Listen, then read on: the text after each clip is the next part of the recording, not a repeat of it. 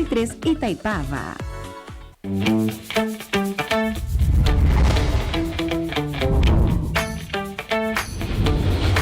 TVC, a TV do Correio da Manhã.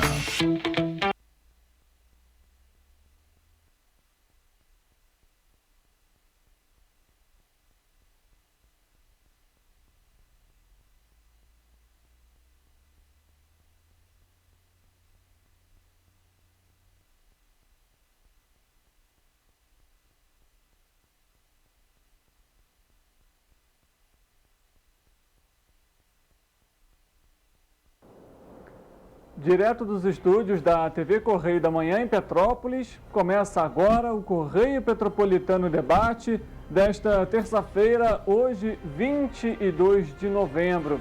Nós vamos abordar hoje a questão relacionada à igualdade racial e religiosa. Após o feriado da Consciência Negra, qual a necessidade de se debater esses temas após o feriado? E hoje a Caixa Econômica Federal realiza o pagamento do Auxílio Brasil e também do Auxílio Gás para os beneficiários com número de inscrição social UNIS de final 4. Então deve-se ficar atento aí ao calendário. Além disso, personalidades do samba recebem a medalha de mérito cultural no dia do aniversário de uma das maiores estrelas do samba, Alcione, e o governador Cláudio Castro marcou presença, inclusive, durante o evento. Além disso, você acompanha no nosso programa de hoje, porque há uma nova presidência no Tribunal de Justiça no Rio e o desembargador, inclusive, atuava em Petrópolis. Notícia e informação na busca pela igualdade racial e no respeito com todos. Eu sou Richard Stolzenburg e esse é o Correio Petropolitano Debate.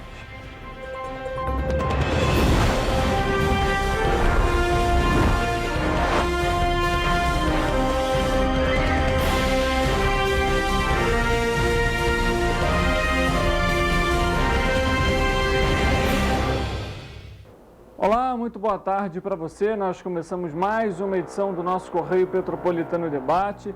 E a gente já começa falando porque hoje a Caixa Econômica Federal vai pagar nesta terça-feira o Auxílio Brasil e o Auxílio Gás para os beneficiários com o número de inscrição social UNIS de final 4.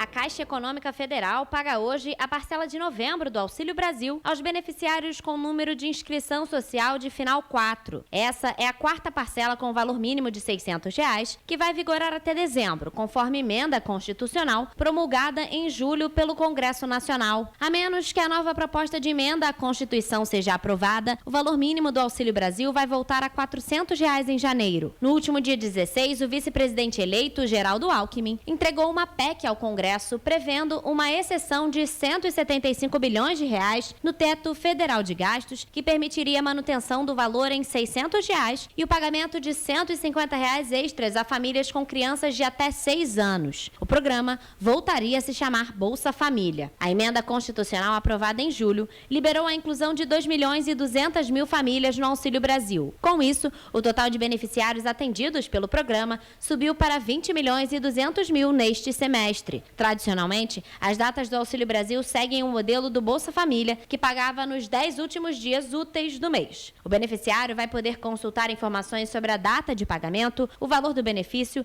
e a composição das parcelas em 2 aplicativos. O Auxílio Brasil, desenvolvido para o Programa Social, e o Caixa Tem, usado para acompanhar as contas poupanças digitais do banco. Vale lembrar que o cronograma segue até próximo dia 30 de novembro, que é quando os beneficiários com número de inscrição social 0 recebem um benefício. Mudando de assunto, agora a gente fala sobre saúde. A Agência Nacional de Vigilância Sanitária, Anvisa, aprovou na última segunda-feira a aplicação do uso do medicamento Remdesivir, vendido no Brasil pelo nome comercial Veklury, para tratamento pediátrico contra a Covid-19. Agora, o medicamento pode ser usado por bebês e crianças a partir de 28 dias e pesos igual ou superior a 3 quilos e que tenham pneumonia e requerem administração suplementar de oxigênio. crianças pesando 40 quilos ou menos, sem necessidade de administração suplementar de oxigênio, mas que apresentam riscos altos, né, para progredir aí para a Covid-19 em níveis graves, também poderão fazer o tratamento com o medicamento. A gente muda de assunto, fala agora sobre Teresópolis, porque começou na última segunda-feira a feira de carreiras para os jovens que querem ingressar no mercado de trabalho. Essa é a primeira vez que, inclusive, o evento é realizado na cidade. Além disso, ele é gratuito. O evento é realizado na Casa do Trabalhador de Teresópolis, que fica no bairro de São Pedro, e acontece até a próxima sexta-feira, dia 25 de novembro. O horário de funcionamento é de 8 da manhã às 5 horas da tarde. Na programação, palestras, oficinas, workshops e diversas atividades para os jovens entre 14 e 24 anos que querem desenvolver as suas habilidades profissionais e, claro, entrar no mercado de trabalho. Entre eles, os 98 jovens contratados pela Prefeitura para atuar no novo Promage rotativo e no eixo Gestão Pública. A iniciativa é do Coletivo Aprendiz, com o apoio do CIEDES, que é o Centro Integrado de Estudos e Programas de Desenvolvimento Sustentável, a Fundação Roberto Marinho, organização internacional NEST, e também da Prefeitura de Teresópolis, por meio da Secretaria de Trabalho, Emprego e Economia Solidária. Temas como, por exemplo, inteligência emocional, educação financeira, elaboração de currículo, liderança jovem no meio de trabalho, o uso de redes sociais para impulsionar a carreira profissional, empreendedorismo, plano de carreira e planejamento de vida, são alguns dos tantos assuntos abordados pelos palestrantes convidados. E aí, assim, você vê, né, que são temas importantes e, claro, para você jovem que quer ingressar no mercado de trabalho, tem uma ótima oportunidade aí. E aí a gente conhece aquele famoso network, que também é muito importante. E olha, a quadra da Mangueira foi um palco para uma grande festa, viu? Para comemorar os 75 anos da cantora Alcione. Em homenagem a Marrom, que é um dos símbolos do samba, o governo do estado do Rio de Janeiro, por meio da Secretaria de Estado de Cultura e Economia Criativa, entregou a medalha de mérito cultural à Alcione nesta segunda-feira. A primeira edição do evento premiou 10 categorias do samba. Inclusive, nós temos um trecho do governador Cláudio Castro que fala justamente sobre esse mérito e sobre o aniversário da Alcione. A Alcione, ela é muito mais que a Alcione. A Alcione é um ícone do samba, é um ícone da música, é uma voz que perpassará gerações, com certeza. O legado que a Alcione já construiu ao longo desse tempo merece essa homenagem a ela, essa cantora que é reverenciada por todos, e entregar esse prêmio no dia do aniversário dela é com certeza uma honra pra gente. Um prêmio realmente que viesse para que o sambista fosse reconhecido. Então esse é mais um reconhecimento do governo do estado, a importância que o samba tem, e essa mulher maravilhosa, querida, que é a Alcione, aqui na quadra da Estação Primeira de Mangueira. Com certeza, nos próximos anos, eu não tenho dúvida que vai se tornar mais um evento ainda do calendário do Rio de Janeiro.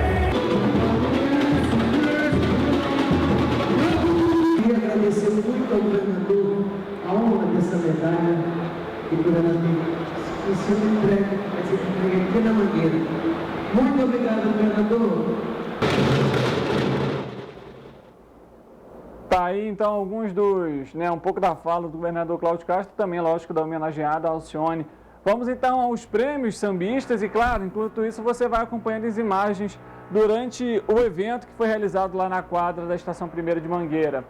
Aos prêmios, então, o sambista Ney Lopes foi o campeão. Na categoria Revelação, Arlindinho Cruz foi o escolhido. E para a cantora foi Marina Iris. Já para cantor, Diogo Nogueira. Para a categoria de compositor foi Moacir Luz. Para músico, Paulão 07 Cordas. Para musicista, Samara Libano. Para produtor cultural, Wanderson Luna. E o projeto de destaque de 2022 foi o Terreiro de Crioulo. E o melhor projeto de território foi o Museu do Samba. E aí são as imagens que a gente continua vendo aí para você que está nos acompanhando. Alciane, lógico, né, um dos grandes nomes do samba brasileiro e que, claro, né, tem aí merecidamente essas homenagens feitas lá na quadra, que inclusive ela mangueirense já comentou isso abertamente aí ao público. Foi feita uma grande festa.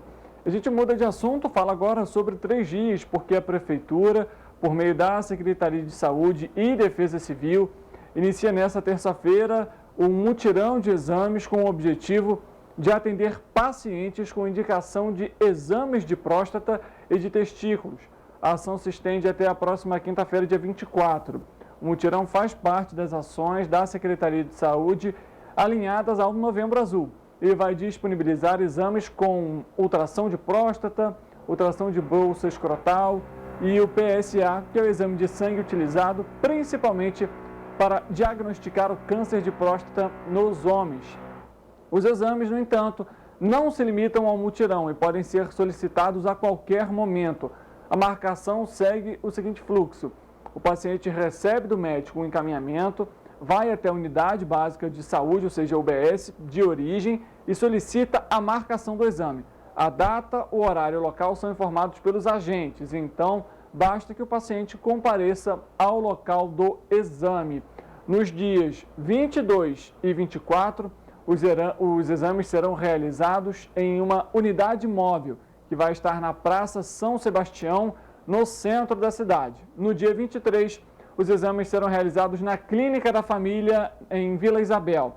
Em todos esses dias, os atendimentos serão feitos entre 8 da manhã e 4 horas da tarde.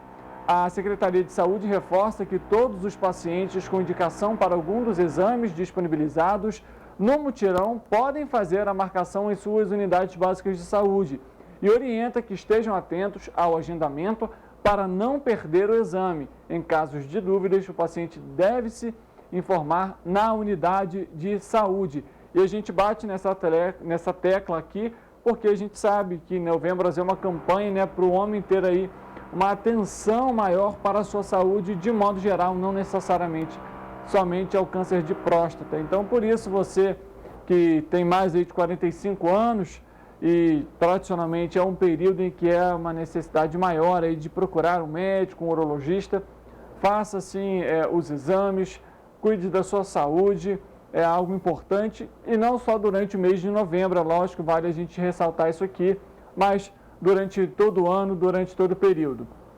Vamos mudar de assunto, agora a gente fala sobre Nova Friburgo, porque o Hemocentro, a enfermeira Cássia Viviane Kalin Martins, vai realizar um mutirão de doação de sangue no próximo sábado, dia 26 de novembro, de 8 da manhã às 11h30. Todos os tipos sanguíneos são necessários para aumentar o estoque do banco de sangue. O objetivo do mutirão é oferecer uma oportunidade a mais para os doadores que trabalham contribuírem com suas doações. Normalmente, o Hemocentro de Nova Friburgo funciona de segunda a sexta-feira, das 8 às 11h30 da manhã. A unidade fica anexa ao Hospital Municipal Raul Sertã. Para ser doador de sangue, é preciso pesar no mínimo 50 quilos, estar em boas condições de saúde, ter entre 16 e 69 anos, desde que a primeira doação tenha sido feita antes de completar 60 anos e apresentar documento original com foto. Para os menores de idade, é necessário estarem acompanhados do pai ou da mãe. Quem fez tatuagem, micropigmentação ou colocou piercing só pode doar 12 meses após a realização do procedimento, enquanto a endoscopia após 6 meses.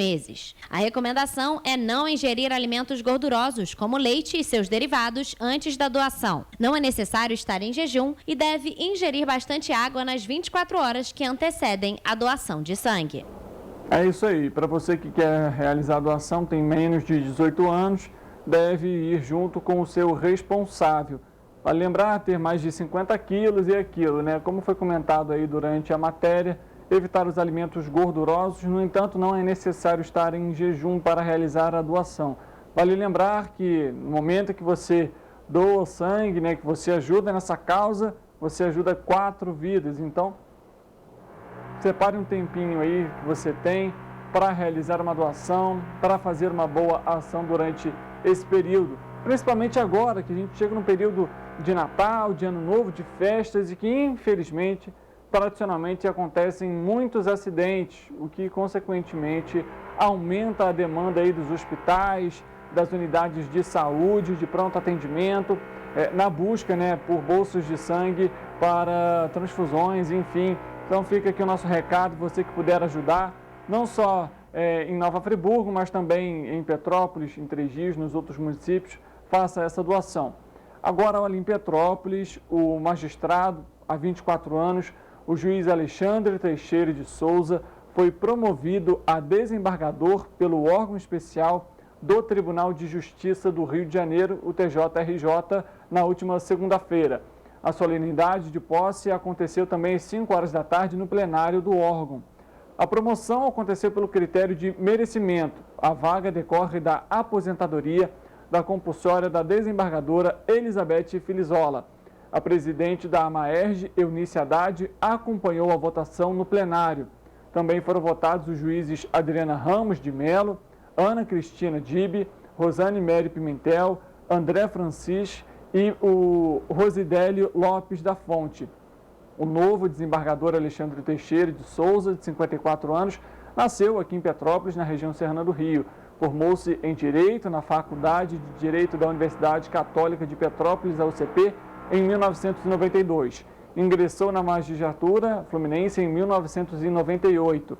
Atuou nas comarcas de Petrópolis, Volta Redonda, Mendes, Paraíba do Sul, São José do Vale do Rio Preto e na capital. Trabalhou por anos na Vara da Infância e Juventude e do Idoso em Petrópolis. Em diversas gestões, Alexandre Teixeira integrou a diretoria da 4ª Seção Regional da AMERJ em Petrópolis e desde 2021 era juiz auxiliar da presidência do Tribunal de Justiça do Rio de Janeiro, o TJRJ. A gente faz um rápido intervalo. Antes eu lembro a você que a nossa programação está ao vivo em todas as nossas plataformas. No nosso YouTube você confere a nossa programação ao vivo. Além disso, consegue rever aquele programa que você perdeu.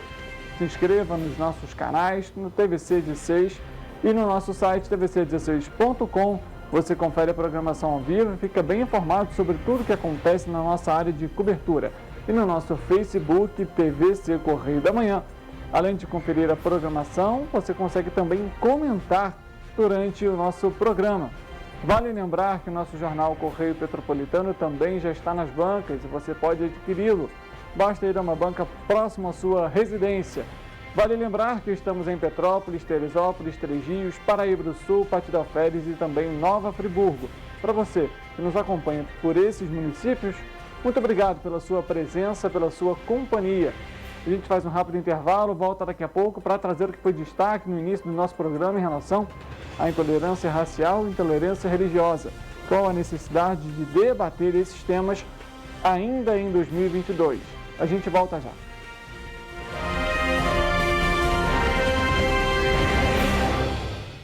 Quero escrever a minha história, descobrindo quem eu sou. O amor que eu levo na memória é tudo que eu aprendo de bom. Das pequenas às grandes lições, o amor que eu vivo e aprendo se reflete em ações. Trilhar um bom caminho desde cedo, esse é o segredo. Colégio Bom Jesus. Amor é o nosso jeito de ser e ensinar. Você já pensou sobre o que é ser petropolitano? Ser petropolitano é viver a história e viver na história. É tratar Dom Pedro II e a Princesa Isabel como vizinhos. Ter uma natureza incomparável e ter um ar serrano que os turistas adoram. É também, às vezes, ter todas as estações do ano em um só dia. Ser petropolitano é se emocionar com os corais e marchar com as bandas marciais. É enfrentar o trânsito na subida da serra e reclamar do pedágio. É comemorar os gols e, às vezes, sofrer pelo serrano. Ser petropolitano é ser resiliente, ser solidário. Ser petropolitano é amar esta cidade imperial, na qual nascemos ou escolhemos para viver. Correio Petropolitano, o jornal que tem no seu nome o orgulho de ser petropolitano. Todos os dias em uma banca perto de você.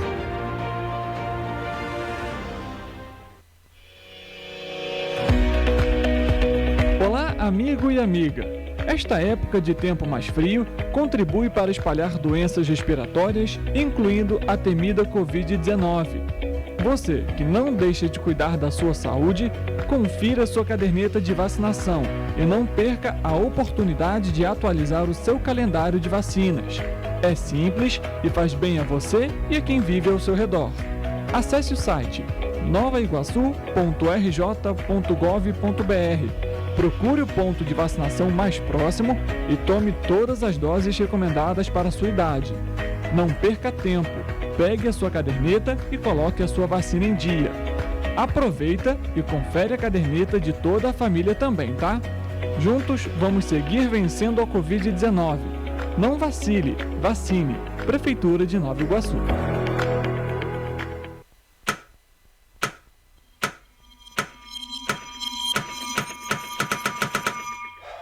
Cara, o que a gente tá fazendo, hein? Vamos falar um segundo sobre a gente? Sim, sobre violência contra a mulher, mas mais sobre a gente. Pensa nas mulheres que você conhece, nas mulheres próximas de você. Colegas de trabalho, vizinhas, amigas, as mulheres da tua família. Agora imagina que a cada 8 minutos, uma delas é estuprada. Duro de engolir, né? Mas é o que está acontecendo no Brasil. Aqui, 7 em cada 10 mulheres já sofreram violência ou assédio no trabalho. E absolutamente todas as mulheres, inclusive as que você pensou, vão sofrer algum tipo de abuso pelo menos uma vez durante a vida. Pesado, né? Mas e aí? O que a gente está fazendo? Vamos falar sobre a gente. Sobre o jeito que a gente trata as mulheres. Passa a vara, senta a rola, pega de jeito. Comer, meter, fuder. Aê, garanhão. Pegador, comedor. Ensinam pra gente que a mulher é uma coisa a ser conquistada, um prêmio, e que você não deve aceitar um não como resposta. Ela não te dá bola, é porque tá se fazendo de difícil. É só pagar um drink que ela tá na tua, irmão. Manda ver, ela tá pedindo. Só um beijo, um beijinho, pô. Não tem mulher que não dá, só tem homem que não sabe pegar. Vai lá, pega ela, mostra que é macho. É assustador quando a gente ouve isso fora de contexto, né? Agora imagina o quanto é assustador para elas. Quantas vezes você já ouviu alguém falar assim? Seja na escola, seja no trabalho, seja na balada, até na sua própria casa. Tá errado. Então, vamos falar sobre a gente? Porque a gente pode mudar essa realidade. Não tem que ser desse jeito. A violência contra a mulher não é um problema da mulher. É um problema nosso. É problema meu. É problema meu. É um problema meu. Meu. Meu. Meu. Meu. Meu. Meu. Meu. Meu. Meu. Meu. É um problema meu. A responsabilidade é nossa.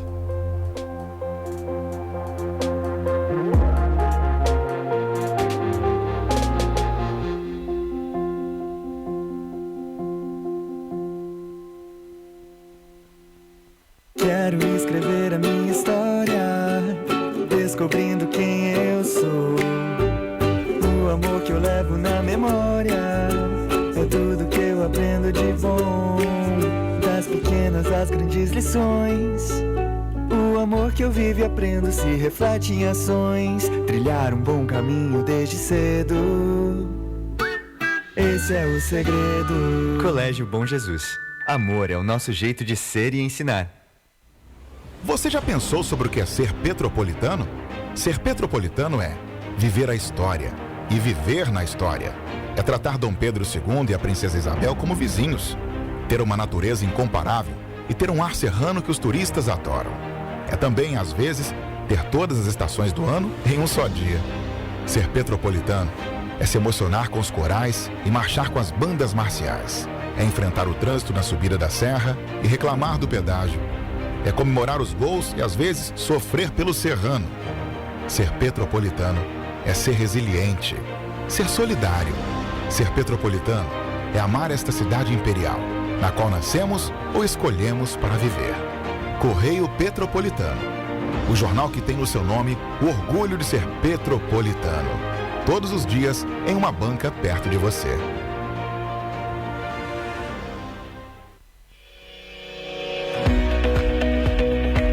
amigo e amiga, esta época de tempo mais frio contribui para espalhar doenças respiratórias, incluindo a temida Covid-19. Você que não deixa de cuidar da sua saúde, confira sua caderneta de vacinação e não perca a oportunidade de atualizar o seu calendário de vacinas. É simples e faz bem a você e a quem vive ao seu redor.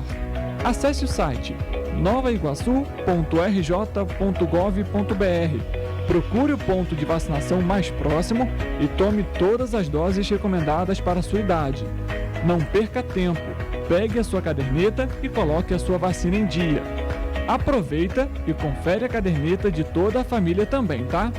Juntos vamos seguir vencendo a Covid-19. Não vacile, vacine. Prefeitura de Nova Iguaçu.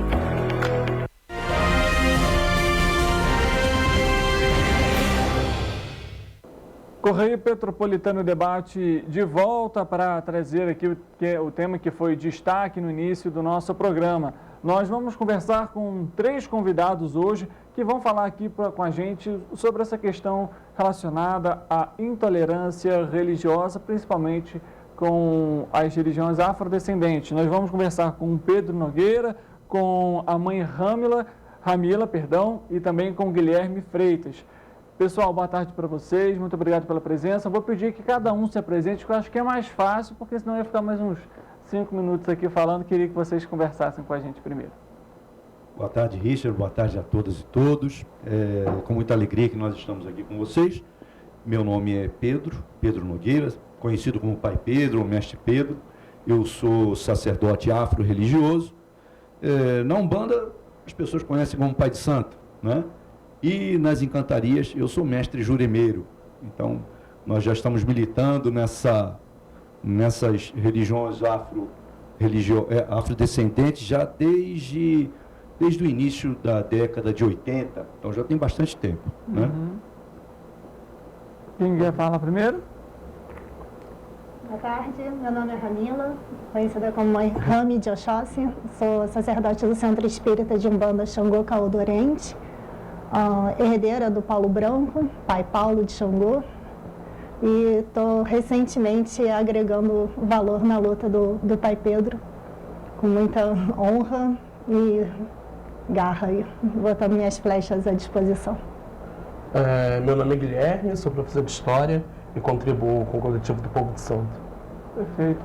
Pessoal, a primeira coisa que eu queria debater é sobre a caminhada que foi realizada, qual foi o objetivo, por que realizar ela numa data que é tão marcante também para o povo afrodescendente e a necessidade de realizar ações como essa? Bem, na realidade o objetivo é múltiplo, né? Além do combate às intolerâncias e ao racismo religioso, né, nós temos também o objetivo de dar maior visibilidade a essa luta, né? E nós escolhemos o dia 20 de novembro como o dia votado à consciência negra, por ser o dia de falecimento, o dia de morte, ou melhor dizendo, o dia do assassinato de Zumbi dos Palmares, líder do Quilombo dos Palmares, como todos vocês sabem, e aí o professor de História depois pode aqui complementar, né? E por isso nós usamos essa data, é uma data muito marcante para todos nós. A caminhada foi uma coisa maravilhosa, teve um atingimento muito grande, porque as pessoas dos prédios, as pessoas das calçadas por onde a caminhada passou, nos receberam com todo carinho, alguns até engrossando a caminhada, né? Então isso foi muito importante. Nós saímos da Praça da Liberdade, da frente do monumento a Zumbi dos Palmares, e fomos pela Avenida Keller, onde temos ali palácios ligados aos governos, militares principalmente, né? Pegamos a Avenida da Imperatriz, na frente da Catedral, né? Passamos na Praça da Águia, no museu, ganhamos a Rua do Imperador e fomos até a Igreja do Rosário dos Homens Pretos, igreja que foi construída com muito sangue, com muita luta, com muito sofrimento do povo preto escravizado. E ela é homônima de uma igreja na Bahia, onde começou o candomblé, né? Assim diz a história. uma das histórias, pelo menos. Pessoal, como que foi para vocês participar dessa caminhada? E depois a pergunta faço até diretamente ao Guilherme, de você trazer um pouco desse contexto histórico para a gente, e se de fato ver esse movimento crescendo, ele vai contrário ao que era realizado no passado, porque isso era muito fechado, era algo que as pessoas tinham um certo receio, né? Muitas vezes eram pessoas que recebiam críticas, recebiam, né, xingamentos, enfim. Queria que você trouxesse um pouco desse contexto histórico para a gente também. Para mim foi bastante significativo participar dessa caminhada. O meu pai foi babalaô, então eu cresci na Umbanda, né? E sou petropolitana, nascida aqui, sempre estudei em colégio de freira, então sempre aprendi a esconder a religião justamente por medo da intolerância. Então é uma realidade para a gente aqui em Petrópolis. Petrópolis ainda é uma cidade que não entende a liberdade religiosa. E a gente estava até conversando há pouco tempo atrás sobre como as lideranças das religiões afro são compostas basicamente por pessoas brancas. Eu sou branca, de olho clarinho, sobrenome alemão. Então é muito importante que nós possamos nos unir, dar o nosso rosto para a causa e ganharmos as ruas para mostrar que nós temos forças e que nós não estamos sós, senão a gente só vai sempre sofrer o preconceito e as consequências, e nós não podemos deixar isso acontecer, precisamos dar protagonismo e é nossa responsabilidade social fazer isso, como representantes da religião. Sim. E aí, para responder a primeira pergunta, né? Primeiro, é muito importante, né, apontarmos que o número de participantes aumenta, né, e se diversifica também a cada ano da caminhada. E não só isso, temos que colocar que várias pessoas, inclusive, esse ano tivemos que dividir, né, o público da nossa caminhada com 2 outros grandes eventos que ocorreram na cidade. Além da festa Ubuntu, que fizemos parte, nossa caminhada fez parte, mas que é o Enem, a preparação para o Enem, né? Então, e a própria questão da abertura da Copa. E aí, assim, precisamos colocar que foi uma caminhada vitoriosa nesse sentido, e não só ocupar as ruas da nossa cidade, mais uma vez, com pessoas não só de religiões de matrizes africanas, mas também tinha outras pessoas de outras religiões, né, que se engrossaram conosco nessa luta contra o racismo religioso, é muito importante. E aí, só para trazer para o lado educacional, né, que você nos perguntou, temos historicamente várias disciplinas curriculares que poderiam abordar, né, a questão da intolerância religiosa, do racismo religioso e também da própria identidade do povo brasileiro, né, e da origem, né, do povo brasileiro, né, ao tratar sobre os povos originários, e nunca se fizeram. A partir disso, existe uma lei nacional, né, fugiu agora, mas, salvo me engano, é 10.808, fugiu o número da lei, que garante o ensino da cultura afro-brasileira nas escolas. Essa é uma lei nacional, que inclusive é prevista na LDB e na BNCC, só que ela não é cumprida nas escolas públicas brasileiras, nem pública nem privada, né? E atualmente, na última semana, através do mandato do vereador Yuri Moura, garantimos na Câmara a aprovação de uma lei municipal que regulamente essa lei nacional para que se tenha o ensino da cultura afro nas escolas municipais, que é muito importante, né? Porque através dela conseguimos garantir que o ensino religioso nas escolas municipais, aqui da nossa cidade, não seja somente o ensino eurocentrado, né? De uma religião única, da religião da professora ali na sala de aula. Sim. Então é muito importante colocarmos isso, mas não só, tivemos um outro grande avanço na nossa cidade, né, no sentido da política pública, que foi a questão de tornar o culto e os terreiros, né, de matrizes africanas e afro-ameríndias, o pai Pedro pode me corrigir, como patrimônio cultural e imaterial da nossa cidade, onde inclusive aprovamos essa lei na Câmara Municipal no dia 10 de novembro, e onde aí a gente conta com a aprovação do prefeito Rubens Bom Tempo aí nos próximos dias, né, já que ele tem 30 dias para aprovar e sancionado na nossa lei. A expectativa é de que ele aprove essa lei? A expectativa é positiva, né? Muito grande, porque já é uma luta nossa de muitos anos. Essa luta começou no ano 2005, né? E nós passamos por muitos percalços, muitas dificuldades, até que conseguimos, então, aprovar esse PL, né? Esse projeto de lei que torna as religiões afro-ameríndias, seus cultos e manifestações como patrimônio cultural e material de Petrópolis. Eu tenho, assim, uma expectativa muito positiva em relação a essa aprovação, né? E com relação a esse projeto de lei, a gente já conseguiu a aprovação numa primeira votação, né? Na Câmara, em termos de educação dos povos, da história africana e ameríndia nas escolas, né? Isso aí vai ser extremamente importante aqui para Petrópolis, para derrubar um pouco desse preconceito, dessa segregação, dessa discriminação. Eu acho que nós estamos aí num período bem positivo em termos de nos encaminharmos para uma sociedade mais justa e menos desigual. Pergunto até em relação a esse projeto de lei, qual que é a necessidade de ter um projeto como esse, até mesmo para combater, nesse caso, a intolerância religiosa, porque a partir do momento que você traz esse conhecimento para a criança, enfim, para o adolescente, desde cedo, quando ele amadurece, ele tem uma outra visão do que é aquela religião, e aí independentemente de religião, né? A gente traz aqui de modo geral nesse caso, porque a gente vê que em muitos casos televisões, enfim, criticam certos tipos de religião. A gente inclusive já comentou sobre intolerância religiosa aqui no Correio Petropolitano Debate. Inclusive trouxemos alguns dados em relação a essas intolerâncias e principalmente com religiões afrodescendentes. E isso de alguma forma se torna enraizado, se torna cultural. Então você, a partir da educação nesse caso, quando você quebra, né, esse costume, de alguma forma você também impacta aí para que não haja essa intolerância, né? Então, é importante colocar que para nós, né, a educação ela faz de tudo, né? E aí acreditamos que a educação ela é um ente transformador da nossa sociedade, né?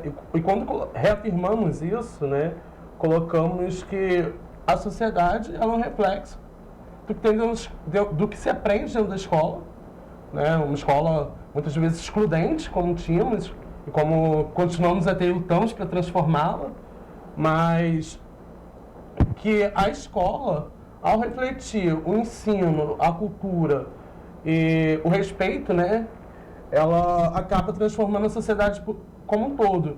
E aí a gente não reflete somente na sociedade, né, e de forma particular, dentro das próprias casas, famílias, porque o racismo religioso e a intolerância religiosa são crimes.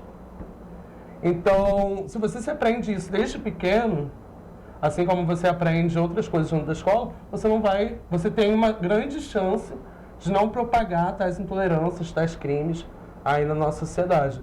E na escola a gente muda tudo, né? Muda a consciência, desde que a escola seja um ente crítico, né, da nossa sociedade, e acreditamos que trabalhar tais temas dentro da sala de aula e nos ambientes transversais, a escola ela é uma grande parceira para acabar com as intolerâncias, ou para contribuir.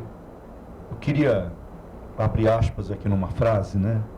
A educação transforma as pessoas transformam a sociedade, fecha aspas. Nas religiões afro-ameríndias, nós construímos tudo coletivamente. Todos têm importância capital na construção da ritualística, nos preceitos, né? Todos têm importância capital. A nossa caminhada, ela foi uma construção coletiva, né? Ela foi uma segunda edição da caminhada. A primeira aconteceu em 2017, depois nós tivemos um retrocesso social, político, econômico em nossa sociedade. Vieram 2 anos de pandemia e nós estamos conseguindo retomar essa caminhada. Não que a luta tivesse arrefecido, muito pelo contrário, estávamos lutando nos bastidores. mas é importante que essa luta se estenda a toda a sociedade, a todos os setores da sociedade civil. O nosso coletivo do Povo do Santo, ele não é um coletivo partidário, mas ele é um coletivo político. Político porque discutimos, dialogamos com todos os setores da sociedade civil. E achamos que isso é extremamente positivo, porque ali nós criamos uma cultura de paz. Ali nós conseguimos estabelecer que as pessoas têm direito, todas têm direito a voz, a vez, a espaço, né? Numa sociedade que pode ser muito melhor. Não entendemos as religiões afro-brasileiras como religiões, mas entendemos como modo de vida. Eu pergunto o seguinte, a gente no Brasil tem uma miscigenação tão grande, por que um preconceito mais exclusivo com essas religiões? Você sabe como explicar, tem uma opinião sobre isso? Isso é racismo. Isso é racismo. Porque se a Umbanda fosse uma religião abrâmica, não sofreria racismo.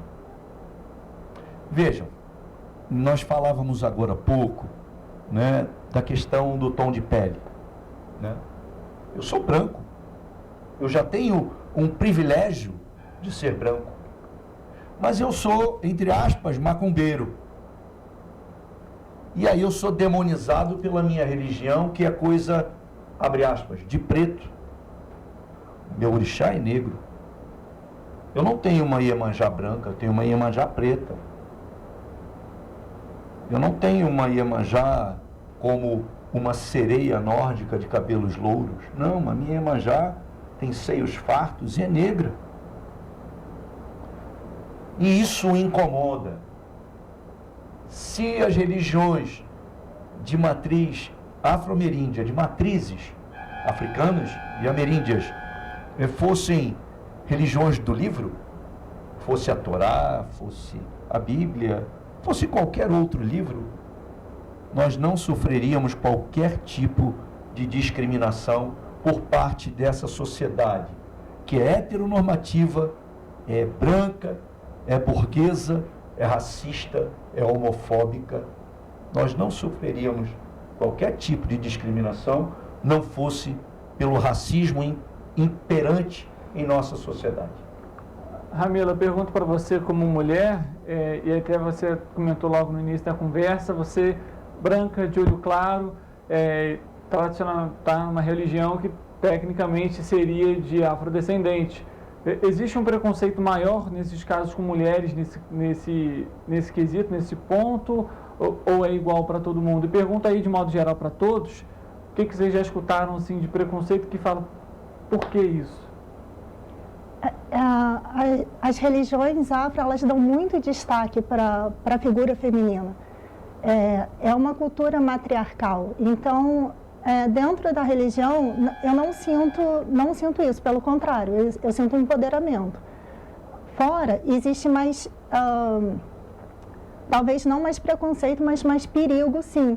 Para mim é perigoso ir sozinha fazer uma entrega à noite, para mim é perigoso cumprir com os meus deveres ritualísticos sem estar acompanhada.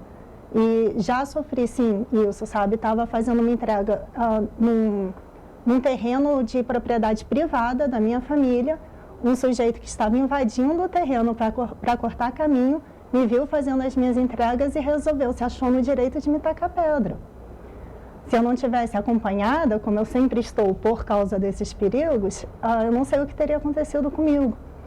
Então, existe sim mais perigo por eu ser mulher, mas não dentro da religião. Dentro da religião é o contrário, sabe? Eu tenho muita força, muita fortaleza por ser mulher, porque nós cultuamos muitos orixás femininos. Nós vimos na época da pandemia, falando da educação, uma cartilha que foi distribuída para as crianças que tinha um pequeno trecho falando sobre as culturas iorubás e os nossos orixás. E nós vimos uma corrente de pais demonizando aquilo, se opondo àquilo, achando que era ofensivo que as crianças aprendessem sobre os nossos orixás. Então, isso é muito complicado para a gente, sabe? Porque, na verdade, a gente nem acredita em diabo. Então, como que a gente pode estar falando do diabo se a gente nem acredita nele? Não faz parte da nossa cultura. E isso a gente não vê quando se fala de Buda, por exemplo. Ninguém demoniza Buda, mas Exu demoniza. Então, é racismo. A gente vai fazer um rápido intervalo, a gente volta daqui a pouco para trazer mais sobre esse tema, conversar com eles sobre essa questão e, claro, de alguma forma tentar entender como combater esse racismo religioso e também a intolerância religiosa. A gente volta já.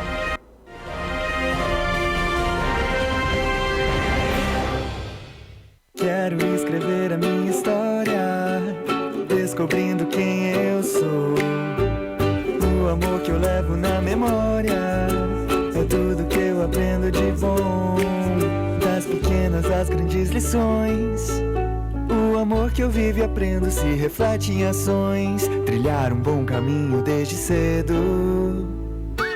esse é o segredo. Colégio Bom Jesus. Amor é o nosso jeito de ser e ensinar.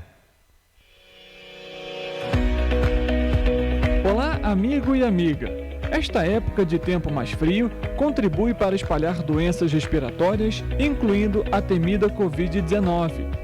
Você que não deixa de cuidar da sua saúde, confira sua caderneta de vacinação e não perca a oportunidade de atualizar o seu calendário de vacinas. É simples e faz bem a você e a quem vive ao seu redor. Acesse o site novaiguaçu.rj.gov.br. Procure o ponto de vacinação mais próximo e tome todas as doses recomendadas para a sua idade. Não perca tempo, pegue a sua caderneta e coloque a sua vacina em dia. Aproveita e confere a caderneta de toda a família também, tá? Juntos vamos seguir vencendo a Covid-19. Não vacile, vacine. Prefeitura de Nova Iguaçu.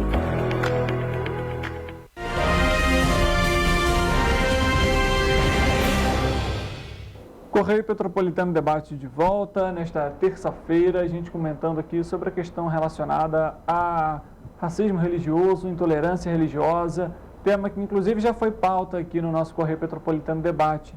Eu pergunto para vocês, o que ainda falta para ter igualdade, para que não haja o racismo religioso e a intolerância?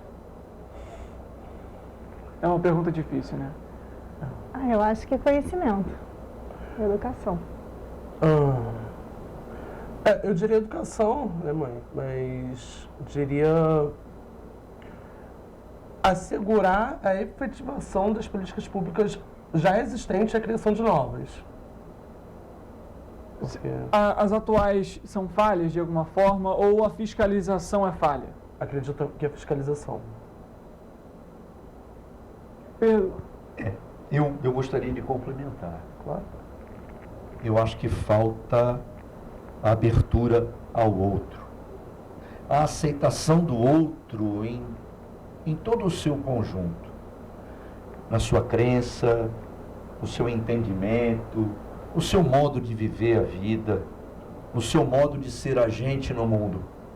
Nós falamos do ser humano ser um agente de transformação, a partir de uma educação que o tornasse agente de transformação da sociedade. Então eu acredito muito nisso, que a partir dessa cultura de paz, do estabelecimento de uma cultura de paz, em que a aceitação do outro integralmente, né, sem qualquer distinção, isso vem a estabelecer essa paz interna e, por consequência, a paz externa também. Eu acho que falta isso, eu acho que falta o ser humano ser um pouco mais humano, né? E uma aceitação incondicional do outro. O que eu vejo, inclusive, e aí não relacionado somente à religião, a política, economia, outros assuntos, enfim, cultura, é que hoje em dia o debate, ele é um debate não é um debate de conversa, de apresentar as ideias, mas um debate de crítica e de que a minha filosofia é a certa. De alguma forma isso acontece também quando se traz esse lado da religião na qual vocês escolheram, e pergunto como que hoje os ambientes onde vocês vão avaliam vocês? Porque é muito comum a gente ver uma freira, por exemplo, um pastor, um padre, mas poucas vezes eu particularmente vi, por exemplo, um pai de santo com roupa na rua. E quando se vê, é como se fosse um choque de realidade muito grande. E eu sei isso porque, inclusive, o meu padrasto, ele é. Então, ele fala, ele não sai muito, mas quando sai ele nota isso. Acontece com vocês isso também? Acontece.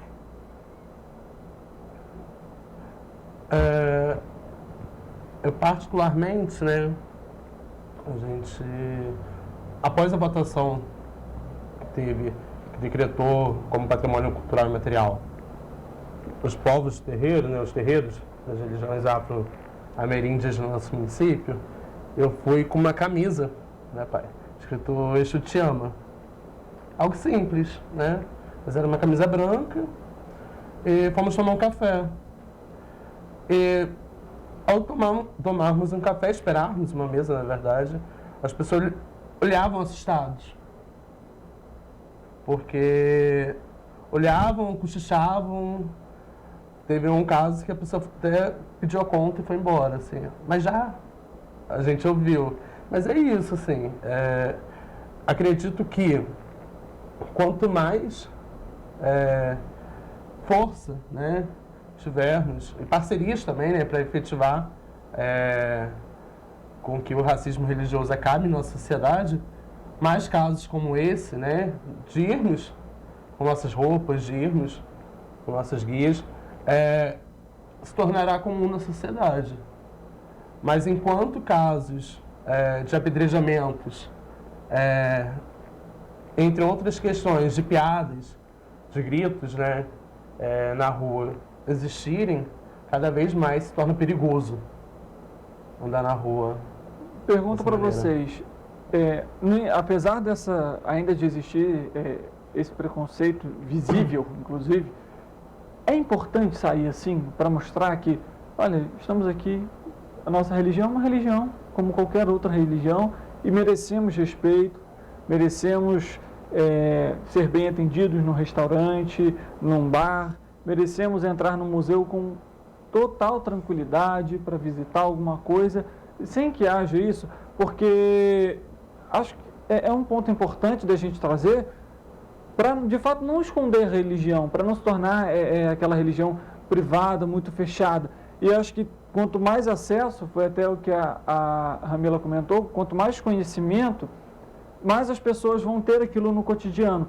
Então, consequentemente, o meu raciocínio é esse, vocês podem até comentar se não concordarem, de que estar mais presente no público, de modo geral, de alguma forma impactaria para também nesse combate, pelo menos indiretamente, nesse combate à intolerância?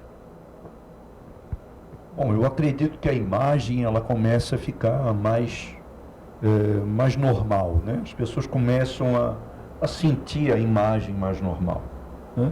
Mas ao mesmo tempo existem alguns questionamentos, né? Uma vez conversando com uma pessoa, ela perguntou qual era a minha religião. Aí eu falei, eu sou um bandista, eu sou um bandista. Aí ela falou, budista? Eu falei, não, um bandista. Ué, mas você não tem cara.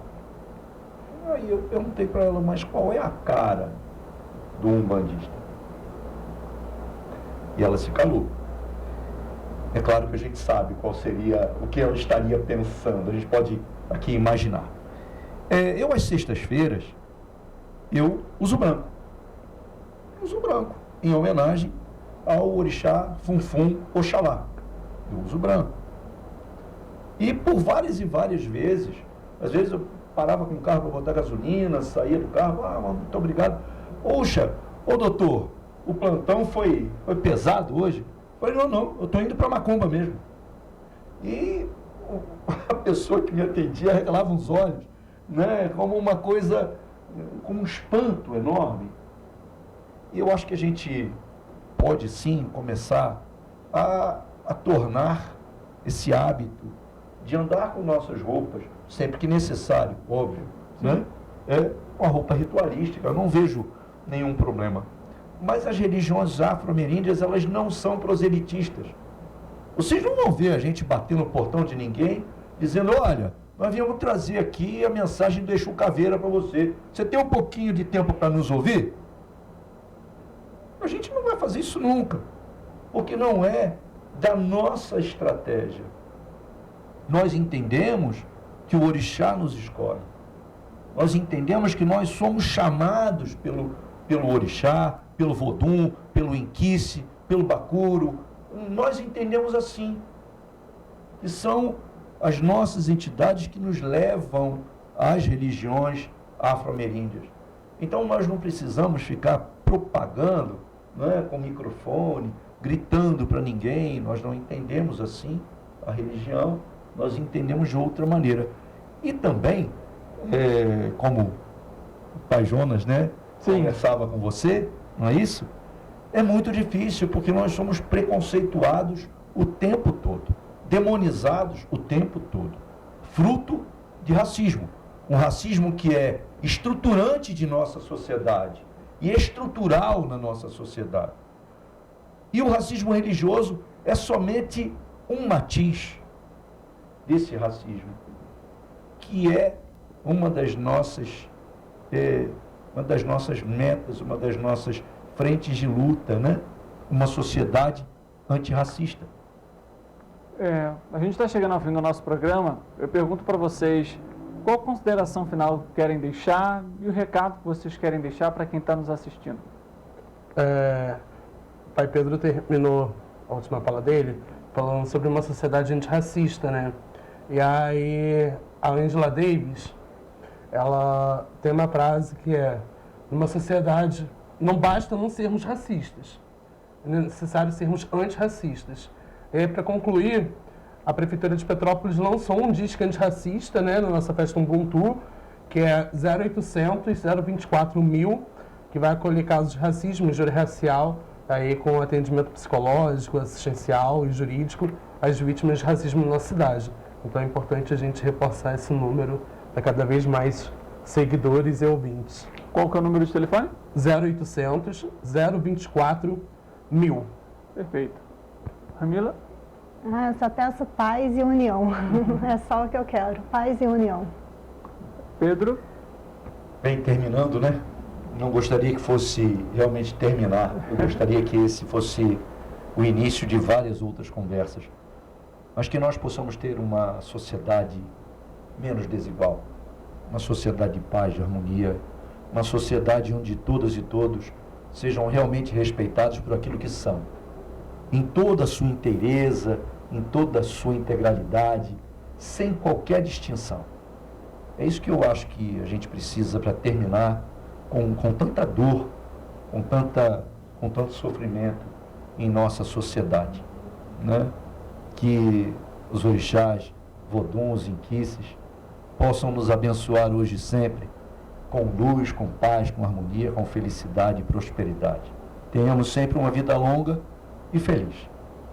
Eu gostaria de agradecer aos três pela conversa, por conversar aqui com a gente, entender um pouco de como que funciona para vocês a religião e, lógico, de alguma forma, debater esse tema serve como uma forma de combate à intolerância.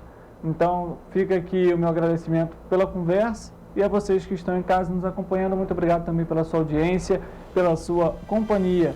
É aquilo que a gente já comentou aqui no Correio Petropolitano Debate. Nosso respeito começa, termina quando do outro, começa. É sempre aquela questão de equilíbrio.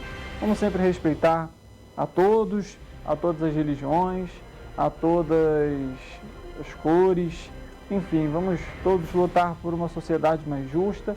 Assim a gente também, inclusive, que faz parte dela, se torna uma pessoa melhor. A gente volta amanhã e, é claro, eu aguardo a sua presença. Uma boa tarde e até lá.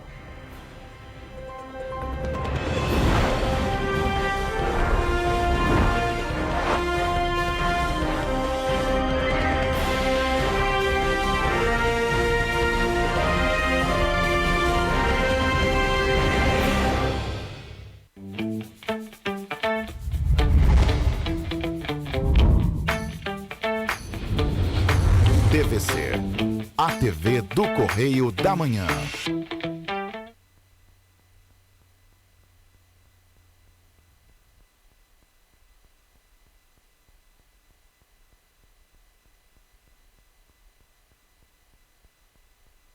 Thank you.